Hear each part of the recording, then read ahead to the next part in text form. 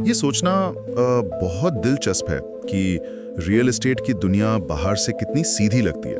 मतलब ईंट, पत्थर, सीमेंट और एक तैयार इमारत। बिल्कुल। लोग पैसे देते हैं और उन्हें रहने के लिए घर मिल जाता है। लेकिन अगर हम इस पूरी प्रक्रिया के फाइनेंशियल स्ट्रक्चर को, यानी इसके वित्तीय ढांचे को थोड़ा करीब से देखें, एक एक्सरे मशीन में डालकर, हाँ वही, एक्सरे मशीन में डालकर देखें, तो तस्वीर अचानक से बहुत कॉम्प्लेक्स और स्ट्रैटेजी से भरी हुई लगने लगती है। खासकर तब जब कोई कंपनी अपने पूरे बिजनेस मॉडल को ही रातों रात पलट दे। सही बात है। जरा एक ऐसी सिचुएशन के बारे में सोचिए। एक कंपनी जिसे मार्केट में सब लोग मेनली सस्ते या अफोर्डेबल घर बनाने के लिए जानते हैं, वो अचानक से मार्केट में आती है और 3.5 करोड़ रुपए के लग्जरी अपार्टमेंट्स लॉन्च करती है। और हैरानी की बात यह है कि लॉन्च होते ही वो करीब 3,600 करोड़ रुपए के फ्लैट्स बेच भी डालती है। ये कोई ख्याली पुलाव नहीं है, बल्कि भारत के रियल एस्टेट सेक्टर की एकदम असली कहानी है। और ये सच में एक ऐसा बदलाव है जो किसी भी इंडस्ट्री एनालिस्ट को चौंका सकता है, खासकर मुझे, क्योंकि बाहर से जो चीज सिर्फ एक नॉर्मल कंस्ट्रक्शन साइट लगती है ना, वो असल में कैश फ्लो, डेट और मार्केट ट्रेंड्स को समझने का एक बहुत ही कॉम्प्लिकेटेड जाल होती है। वही तो। हम लोग अक्सर सिर्फ तैयार इमारत देखते हैं, उस नींव को नहीं देखते जो भारी फाइनेंशियल डेटा और बड़े रिस्क्स पर टिकी होती है। और यही हमारी आज की इस चर्चा का मेन टॉपिक है। आज हम एक ऐसी कंपनी के सफर की तह तक जाएंगे जिसने मार्केट में एक जबरदस्त हलचल मचा दी है, सिग्नेचर ग्लोबल इंडिया। राइट। हमारा मकसद ये समझना है कि कैसे अफोर्डेबल घरों वाली ये कंपनी आज प्रीमियम रियल एस्टेट का एक इतना बड़ा खिलाड़ी बन गई है। और इस पूरी पिक्चर को समझने के लिए हमने कुछ बहुत ही सॉलिड डॉक्यूमेंट्स को अपना बेस बनाया है। बिल्कुल। जिसमें ICICI सिक्योरिटीज की मार्च 2024 की इक्विटी रिसर्च रिपोर्ट शामिल है, कंपनी की अपनी मई 2026 की इन्वेस्टर प्रेजेंटेशन है, ट्रेंड लाइन का स्वॉट एनालिसिस है और केयर रेटिंग्स की सितंबर 2025 की क्रेडिट रिपोर्ट भी है। इन चारों को मिलाकर देखें तो सच में क्लियर अंडरस्टैंडिंग मिलती है कि अंदर चल क्या रहा है, क्योंकि ये कहानी सिर्फ सिग्नेचर ग्लोबल की नहीं है। बिल्कुल। तो और किस चीज की है? मैं ये सोचती हूँ कि ये इस बात का भी एक बहुत बढ़िया एग्जाम्पल है कि भारत का जो अर्बन मिडिल क्लास है वो कैसे बदल रहा है और रियल एस्टेट कंपनीज उस बदलाव को कैसे कैश कर रही हैं। ठीक है, आइए इसे थोड़ा खोल कर देखते हैं, क्योंकि श्रोताओं के लिए ये जानना बहुत इंटरेस्टिंग होगा कि क्या रियल एस्टेट में भारी निवेश हमेशा फायदे का सौदा होता है या इसके पीछे कुछ ऐसे रिस्क हैं जो आमतौर पर दिखाई नहीं देते। सही कहा आपने। तो शुरुआत उन चौंकाने वाले नंबर से करते हैं जो इस पूरी स्ट्रेटजी के सेंटर में है। कंपनी के इन्वेस्टर प्रेजेंटेशन के पन्नों को जब मैं देख रहा था तो एक मैट्रिक पर मेरी नजरें बिल्कुल टिक गईं। Sales realization. हाँ, सेल्स रियलाइजेशन, यानी कि कंपनी पर स्क्वायर फुट कितना पैसा बना रही है। FY23 में यह नंबर लगभग 7,886 रुपए पर स्क्वायर फुट था। जो कि अफोर्डेबल हाउसिंग के हिसाब से एकदम टिपिकल नंबर है। एग्जैक्टली। लेकिन फिर FY26 के एस्टिमेट्स तक आते आते ये फिगर सीधा 15,250 रुपए पर स्क्वायर फुट पर पहुंच जाता है। मतलब ऑलमोस्ट डबल। ये करीब 93% का उछाल है। इसे अगर एक आम उदाहरण से समझें तो ये कुछ ऐसा है जैसे कोई ऑटोमोबाइल कंपनी सालों तक सस्ती हैचबैक कार्स बना रही हो और फिर अचानक एक दिन full size luxury sports car निकाल दे और लोग शोरूम के बाहर लाइन लगा के खड़े हो जाएं। बिल्कुल वही। ये बहुत अजीब लगता है सुनने में। यहाँ जो सबसे हैरान अंगेज बात है वो ये कि इस तरह का शिफ्ट कभी भी अचानक या तुक्के में नहीं होता। इसके पीछे एक बहुत लंबी स्ट्रेटजी होती है। अगर आप ICICI सिक्योरिटीज की रिपोर्ट देखें तो उन्होंने इस बदलाव को बहुत पहले ही भांप लिया था। अच्छा, उन्होंने क्या पॉइंट आउट किया था? उन्होंने कंपनी को बाय रेटिंग दी थी और 1,705 रुपए का टारगेट प्राइस सेट किया था। उस रिपोर्ट का सबसे इंटरेस्टिंग हिस्सा वो है जहां वो समझाते हैं कि सिग्नेचर ग्लोबल ने पहले अफोर्डेबल और मिड इनकम सेगमेंट में ध्यान दीजिएगा 43% का सेल्स बुकिंग CAGR हासिल किया। वाओ, 43%। मतलब वो मैं पहले मार्केट में अपना वॉल्यूम बनाया और कस्टमर बेस तैयार किया। एकदम सही। देखिए, रियल एस्टेट में ना सबसे महंगी चीज जमीन या सीमेंट नहीं होती, सबसे महंगी चीज होती है भरोसा। ट्रस्ट। हाँ, ट्रस्ट। जब कोई बिल्डर सस्ते घर टाइम पर बनाकर डिलीवर करता है तो मार्केट में उसकी इज्जत बनती है। सिग्नेचर ग्लोबल ने उसी ट्रस्ट को एक लॉन्च पैड की तरह यूज किया और प्रीमियम ग्रुप हाउसिंग प्रोजेक्ट्स में एंट्री ले ली। तो ये कोई रातों रात लिया गया फैसला नहीं था? नहीं, ये एक नेचुरल एवोल्यूशन था। और उनके प्रीमियम प्रोजेक्ट्स भी तो देखिए, मतलब ऐसे वैसे नहीं है। गुरुग्राम के प्राइम इलाकों में उनके टाइटेनियम, एसपीआर और ट्विन टावर डीएक्सपी जैसे प्रोजेक्ट्स आ रहे हैं। नाम सुनकर ही लगता है कि कितने ग्रैंड होंगे। हाँ, उनकी पोजीशनिंग ही लग्जरी वाली है। लेकिन जो चीज मुझे सच में हैरान करती है वो इन प्रोजेक्ट्स का रिस्पॉन्स है। मार्च 2024 में जब उनका पहला प्रीमियम प्रोजेक्ट लॉन्च हुआ तो उन्होंने कुछ ही दिनों में 36 बिलियन रुपए यानी करीब 3600 करोड़ रुपए से ज्यादा की बुकिंग ले ली। और यहाँ एक और नंबर पर गौर करना चाहिए। उस प्रोजेक्ट की एक यूनिट की एवरेज कीमत थी 35 मिलियन, यानी 3.5 करोड़ रुपए। बिल्कुल 3.5 करोड़, जो कि किसी भी एंगल से छोटी रकम नहीं है। सोचिए, लोग 3.5 करोड़ रुपए किसी ऐसे डेवलपर को दे रहे थे जो कल तक सिर्फ बजट घर बनाता था। यही तो ब्रांड पावर होती है। लोग सिर्फ ईंट और गारे के लिए पैसे नहीं दे रहे थे, वो उस भरोसे के लिए पैसे दे रहे थे कि ये डेवलपर प्रोजेक्ट को आधे में लटकाएगा नहीं, टाइम पर पूरा करेगा। सही बात है। और प्रीमियम मार्केट को इस तरह से कैप्चर करने की उनकी कैपेसिटी ही ICICI रिपोर्ट में उनके हाई वैल्यूएशन का सबसे बड़ा बेस बनी। लेकिन यहाँ मुझे थोड़ा रुकना होगा, क्योंकि जब मैं डेटा में थोड़ा और डीप गया तो मुझे नंबर्स में एक अजीब सा कॉन्ट्रडिक्शन दिखा। क्या कॉन्ट्रडिक्शन? देखिए, इन्वेस्टर प्रेजेंटेशन कहता है कि FY25 में उनकी टोटल सेल्स 102.9 बिलियन रुपए थी, यानी 10,290 करोड़। ये एक मैसिव नंबर है। बहुत बड़ा नंबर है। लेकिन फिर अगले ही साल यानी FY26 में ये फिगर गिरकर 82.5 बिलियन रुपए रह गया। अगर वो प्रीमियम सेगमेंट में इतनी तेजी से ग्रो कर रहे हैं तो सेल्स का ये ग्राफ अचानक नीचे क्यों आ गया? क्या उनकी रफ्तार धीमी पड़ रही है? ये एक बहुत ही वैलिड सवाल है और पहली नजर में ये ड्रॉप सच में थोड़ा डरावना लग सकता है। लेकिन इसे सही तरीके से समझने के लिए हमें रियल एस्टेट के रेवेन्यू मॉडल को देखना होगा। अच्छा, देखिए, रियल एस्टेट कोई साबुन तेल की इंडस्ट्री तो है नहीं कि हर महीने एक बराबर सेल्स होगी। यहाँ लॉन्च साइकिल काम करता है। लॉन्च साइकिल, हाँ। जिस साल कोई कंपनी 2 या 3 बड़े प्रोजेक्ट्स एक साथ लॉन्च करती है, उस साल सेल्स बुकिंग का नंबर एकदम आसमान छू लेता है, क्योंकि ज्यादातर बुकिंग्स लॉन्च के पहले कुछ हफ्तों में ही हो जाती हैं। ओह, मतलब FY25 एक ऐसा साल रहा होगा जहां उन्होंने बड़े और ज्यादा लॉन्चेस किए होंगे। हाँ, और 2026 में शायद लॉन्चेस थोड़े कम रहे हों। एकदम सही पकड़ा आपने। अगर अगले साल कोई बड़ा प्रोजेक्ट लॉन्च नहीं होता या थोड़ा डिले हो जाता है तो सेल्स का फिगर गिर सकता है। पर ये कंपनी की वीकनेस नहीं है, ये इस बिजनेस का साइक्लिकल नेचर है। असली हेल्थ सेल्स बुकिंग में नहीं बल्कि कैश फ्लो और कलेक्शंस में छिपी होती है। ये बहुत बड़ा पॉइंट बोला आपने, कैश फ्लो, क्योंकि इसी को लेकर मेरे दिमाग में एक डाउट था। क्या? हम बात कर रहे हैं उनके फ्यूचर पाइपलाइन की, जिसमें 200 लाख स्क्वायर फुट से ज्यादा का कंस्ट्रक्शन होना है। इतने बड़े प्रीमियम प्रोजेक्ट्स को बनाने के लिए आखिर पैसा आ कहां से रहा है? फिर मुझे केयर रेटिंग्स की रिपोर्ट में एक टर्म दिखा, कमिटेड रिसीवेबल्स। अगर मैं इसका सही मतलब निकाल रहा हूं तो ये वो पैसा है जो कस्टमर्स ने घर बुक करते टाइम देने का प्रॉमिस किया है और जो कंस्ट्रक्शन जैसे जैसे आगे बढ़ेगा कंपनी को मिलता जाएगा। बिल्कुल। रिपोर्ट कहती है कि उनके पास 15,000 करोड़ रुपए से ज्यादा के कमिटेड रिसीवेबल्स हैं। आपका एनालिसिस एकदम परफेक्ट है और यही रियल एस्टेट का लीन बिजनेस मॉडल कहलाता है।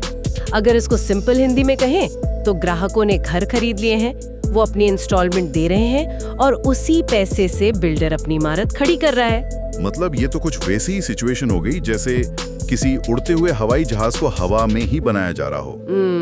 हाँ। और सबसे मजे की बात ये कि उस विमान में बैठे पैसेंजर ही अपने टिकट के पैसों से उसके फ्यूल और पार्ट्स का खर्च निकाल रहे हैं। ये एनालॉजी बहुत शानदार है। और ये लीन मॉडल कितना स्ट्रॉन्ग है इसका अंदाजा आप इस फिगर से लगाइए कि ये जो 15,000 करोड़ रुपए आने हैं, ये कंपनी के बचे हुए सारे प्रोजेक्ट कॉस्ट्स और उनके करंट डेट का लगभग 116% कवर कर लेते हैं। वेट, 116%? इसका मतलब तो ये हुआ कि अगर वो आज बैंक के पास एक भी नया लोन लेने ना जाएं, तब भी वो अपने सारे रनिंग प्रोजेक्ट्स इजीली पूरे कर सकते हैं। एग्जैक्टली।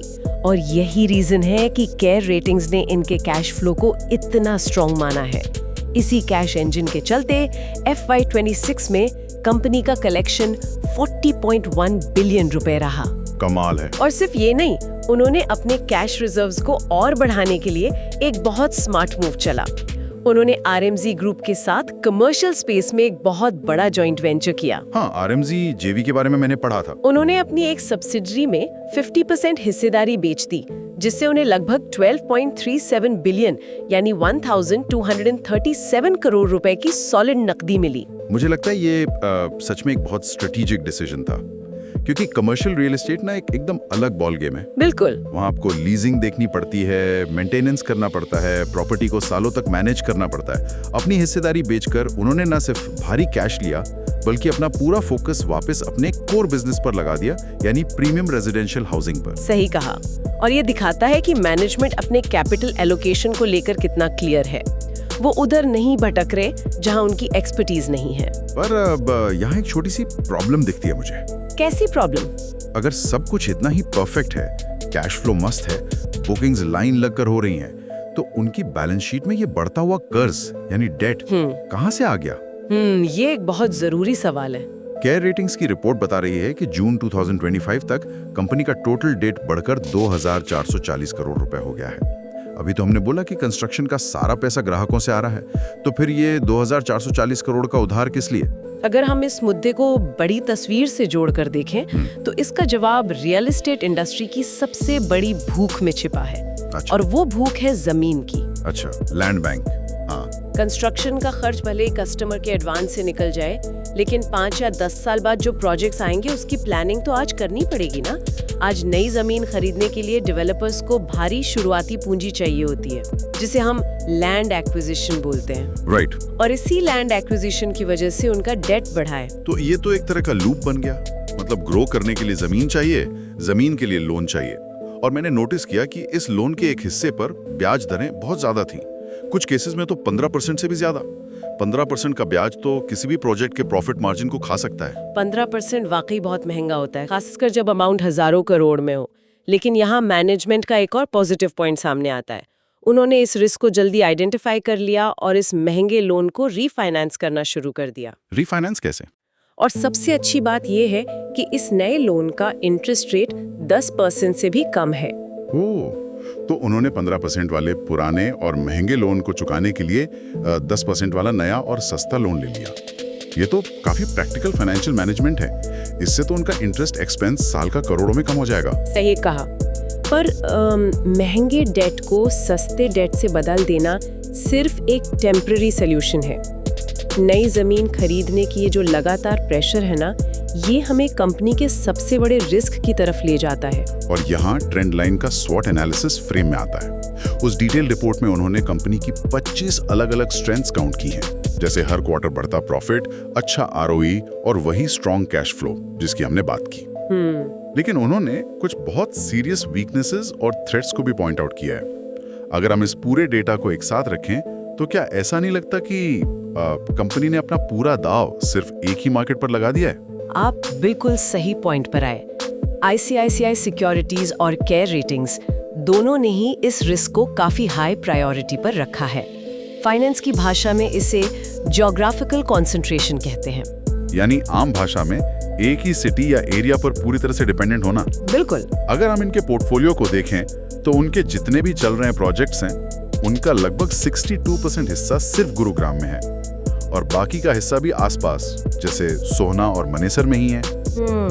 जिसका सीधा मतलब ये है कि उनका पूरा बिजनेस मॉडल NCR के एक बहुत ही स्पेसिफिक हिस्से और वहाँ के इंफ्रास्ट्रक्चर पर टिका हुआ है। अब आप सोचिए, अगर किसी मैक्रो इकोनॉमिक रीजन से द्वारका एक्सप्रेसवे या सोना कॉरिडोर में प्रॉपर्टी की डिमांड अचानक गिर जाए, या मान लीजिए कोई लोकल पॉलिसी चेंज हो जाए, या वहां का कोई बड़ा हाईवे प्रोजेक्ट सालों तक अटक जाए, तो इसका डायरेक्ट असर उनकी बैलेंस शीट पर पड़ेगा। एग्जैक्टली। ये तो वही बात हुई कि अगर गुरुग्राम के रियल एस्टेट मार्केट को हल्की सी छींक भी आई, तो सिग्नेचर ग्लोबल को न्यूमोनिया हो जाएगा। ये रिस्क वैसे रियल एस्टेट में बहुत कॉमन है, पर सिग्नेचर ग्लोबल के केस में ये रिस्क थोड़ा ज्यादा इसलिए लगता है क्योंकि वो एक बहुत ही एग्रेसिव एक्सपेंशन फेज में है। और इसी से जुड़ा है वो दूसरा बड़ा रिस्क जिसकी मैं जमीन के कॉन्टेक्स्ट में बात करी थी, उनका लैंड बैंक। हाँ, लैंड बैंक वाला पॉइंट। ICICI की रिपोर्ट ने यहाँ एक बहुत ही आई ओपनिंग कंपैरिजन किया है। उन्होंने बताया है कि सिग्नेचर ग्लोबल का वैल्यूएशन उनके सबसे बड़े और पुराने कंपेटिटर DLF के मुकाबले करीब 40% डिस्काउंट पर क्यों ट्रेड कर रहा है। ये एक बहुत ही अहम सवाल है, श्रोताओं को भी ये जरूर सोचना चाहिए। अगर सिग्नेचर ग्लोबल का कैश फ्लो इतना टाइट है, उनके प्रीमियम घर धड़ाले से बिक रहे हैं, तो स्टॉक मार्केट उन्हें डीएलएफ के कंपैरिजन में 40% कम वैल्यूएशन क्यों दे रहा है? इसका सबसे बड़ा रीजन हिस्ट्री में छुपा है। देखिए, डीएलएफ के पास गुरुग्राम में जमीन का एक मैसिव लैंड बैंक है जो उन्होंने आज से दशकों पहले खरीदा था। हाँ, 80s और 90s में। बिल्कुल, जब वहां सिर्फ खेत हुआ करते थे, डीएलएफ ने कौड़ियों के भाव जमीनें ले ली थी। तो आज जब वो उन जमीनों पर नया प्रोजेक्ट बनाते हैं तो उनकी जमीन की कॉस्ट ना के बराबर आती है, जिससे उनका प्रॉफिट मार्जिन आसमान छू लेता है। वही तो। इसके उलट सिग्नेचर ग्लोबल को आज के हर नए प्रोजेक्ट के लिए आज के महंगे मार्केट रेट पर नई जमीन खरीदनी पड़ रही है। यानी डीएलएफ के पास सस्ते कच्चे माल यानी जमीन की अपनी एक पुरानी तिजोरी है, जबकि सिग्नेचर को अपना कमाया हुआ हर नया प्रॉफिट वापस आज की महंगी जमीन में निवेश करना पड़ता है। सही पकड़ा आपने। इस साइकिल से उनका फ्री कैश फ्लो थोड़ा दब जाता है और यही वजह है कि मार्केट उन्हें थोड़ा कंजर्वेटिव होकर वैल्यू करता है। इससे एक बहुत जरूरी सवाल खड़ा होता है। क्या? रियल एस्टेट सेक्टर के साइक्लिकल नेचर के बारे में। ये सेक्टर हमेशा ऊपर नहीं जाता है। राइट। अगर कल को रिजर्व बैंक इंटरेस्ट रेट्स बढ़ा दें, होम लोन महंगे हो जाएं और लोग घर खरीदना 1-2 साल के लिए टालने लगे तो क्या होगा? तब तो ये उनका पूरा लीन मॉडल हिल जाएगा। अगर नए कस्टमर से आने वाला एडवांस कम हो गया तो कंस्ट्रक्शन धीमा पड़ेगा और वो जो 2440 करोड़ का उधार है वो अचानक से भारी लगने लगेगा। बिल्कुल, ये एक बहुत ही डेलिकेट बैलेंस है जो कंपनी को मेंटेन करना है। ये सब सुनकर ऐसा लग रहा है कि सिग्नेचर ग्लोबल एक हाई स्पीड ट्रेन में बैठे हैं। बाहर का नजारा तो बहुत मस्त है, सेल्स अच्छी आ रही हैं, पर उन्हें लगातार पटरियों पर नजर रखनी पड़ेगी। पर देखिए, हम सिर्फ रिस्क्स की बात ना करें। केयर रेटिंग्स ने एक पॉइंट रेज किया है जो पर्सनली मुझे बहुत रेलेवेंट लगा आज के टाइम में। उन्होंने कंपनी के ESG इनिशिएटिव्स की काफी तारीफ की है। हाँ, एनवायरनमेंट, सोशल और गवर्नेंस। आज के टाइम में ये सिर्फ एक अच्छी PR या मार्केटिंग गिमिक नहीं रह गया है, ये एक बिजनेस नेसेसिटी बन गया है। बिल्कुल। रिपोर्ट में क्लियरली मेंशन्ड है कि सिग्नेचर ग्लोबल अपने प्रोजेक्ट्स में solar panels, rain water harvesting, solid waste management और ग्रीन बिल्डिंग सर्टिफिकेशन को स्ट्रिक्टली इम्प्लीमेंट कर रही है। और हमें इसे सिर्फ पेड़ पौधे बचाने के एंगल से नहीं देखना चाहिए। अगर हम इसे कोर बिजनेस के नजरिए से देखें तो जो आदमी आज 3.5 करोड़ रुपए का घर खरीद रहा है, उसकी एक्सपेक्टेशंस अफोर्डेबल हाउसिंग वाले से बहुत अलग होती है। डेफिनेटली। वो एक यंग वेल ट्रैवल्ड प्रोफेशनल हो सकता है जिसके लिए सस्टेनेबिलिटी एक लाइफस्टाइल चॉइस है। उसे अपनी कार के लिए EV चार्जिंग स्टेशन चाहिए, उसे कैसी बिल्डिंग चाहिए जहां पावर और वाटर एफिशिएंटली यूज हो। और लॉन्ग टर्म में ये सब चीजें उस प्रीमियम सोसाइटी की मेंटेनेंस कॉस्ट को भी काफी कम करती हैं। एक और फैक्टर है इंस्टीट्यूशनल इन्वेस्टर्स। आजकल बड़े ग्लोबल फंड्स उन्हीं कंपनीज में पैसा डालना पसंद करते हैं जिनका ESG स्कोर सॉलिड हो। तो ये ग्रीन इनिशिएटिव्स उन्हें कस्टमर्स और इन्वेस्टर्स दोनों के बीच एक अच्छा ब्रांड बना रहे हैं। तो अगर हम इन चारों डॉक्यूमेंट्स, इन्वेस्टर प्रेजेंटेशन, ICICI की रिसर्च, ट्रेंड लाइन का डेटा और केयर रेटिंग्स, इन सबको एक साथ रखकर इस पूरी चर्चा का सार निकालें तो पिक्चर क्या बनती है? पिक्चर काफी क्लियर है। सिग्नेचर ग्लोबल की कहानी एक ऐसे डेवलपर की कहानी लगती है जिसने बहुत ही अग्रेसिवली लेकिन एक प्रॉपर स्ट्रैटेजी के साथ खुद को ट्रांसफॉर्म किया है। उन्होंने अफोर्डेबल मार्केट का अपना टैग हटाकर लग्जरी मार्केट में एंट्री की, कस्टमर्स के एडवांस पैसों से एक सॉलिड कैश फ्लो इंजन बनाया और अपने लोन्स को स्मार्टली सस्ते रेट्स पर रीफाइनेंस किया। मैं आपकी समरी से पूरी तरह एग्री करती हूँ और अगर हम इसे थोड़ा और ब्रॉड करके भारत की इकोनॉमी के कॉन्टेक्स्ट में देखें तो ये कंपनी उस मैक्रो ट्रेंड को राइड कर रहे हैं जहां हमारी मिडिल क्लास तेजी से अपर मिडिल क्लास में शिफ्ट हो रहे हैं। राइट। लोगों की इनकम बढ़ रही है और वो एक बेहतर प्रीमियम लाइफस्टाइल चाहते हैं। सिग्नेचर ग्लोबल बेसिकली उस लाइफस्टाइल अपग्रेड को फैसिलिटेट कर रही है। ये बहुत ही बढ़िया ऑब्जर्वेशन है। आज की इस डीप डाइव में हमने नंबर्स देखे, डेट का मैनेजमेंट समझा, उनके ज्योग्राफिक रिस्क को पॉइंट आउट किया और रियल एस्टेट के उन पहलुओं को समझा जो टीवी एड्स या बड़ी होर्डिंग्स पर नजर नहीं आते। लेकिन इस एपिसोड को रैप अप करने से पहले एक विचार है जो मेरे दिमाग में घूम रहा है और मैं चाहता हूं कि हमारे श्रोता इस पर थोड़ा गौर करें। ये विचार इन बैलेंस शीट्स और रेटिंग से थोड़ा आगे का है। अच्छा, वो क्या है? जरा सोचिए, सिग्नेचर ग्लोबल का ये पूरा का पूरा साम्राज्य मेनली 2 पिलर्स पर खड़ा है। पहला, ग्राहकों से आने वाला लगातार एडवांस पैसा और दूसरा, गुरुग्राम और उसके आसपास के इलाकों का लगातार विस्तार। लेकिन हम जिस दुनिया में आज रह रहे हैं वहां क्लाइमेट चेंज एक बहुत बड़ा सच है। गुरुग्राम जैसे शहरों में पानी की भारी कमी एक रियलिटी बनती जा रही है। ये तो है। तो क्या भविष्य में कोई बड़ा पर्यावरणीय संकट या इंफ्रास्ट्रक्चर का फेल होना इस तेज रफ्तार वाले रियल एस्टेट मॉडल को ताश के पत्तों की तरह गिरा सकता है? ये एक ऐसा सवाल है जिस पर हम सबको विचार करना चाहिए। क्या मार्केट आज के प्रॉफिट में इतना बिजी है कि वो कल के असली जमीनी रिस्क को इग्नोर कर रहा है? ये सवाल सच में बहुत गहरा है। इस सवाल पर अपने विचार जरूर कीजिए, क्योंकि अगली बार जब आप किसी आलीशान गगनचुंबी इमारत को देखेंगे तो शायद आपका उसे देखने का नजरिया वैसा ना रहे। द डीप डाइव की इस चर्चा में आज के लिए बस इतना ही। हमसे जुड़ने के लिए बहुत बहुत शुक्रिया।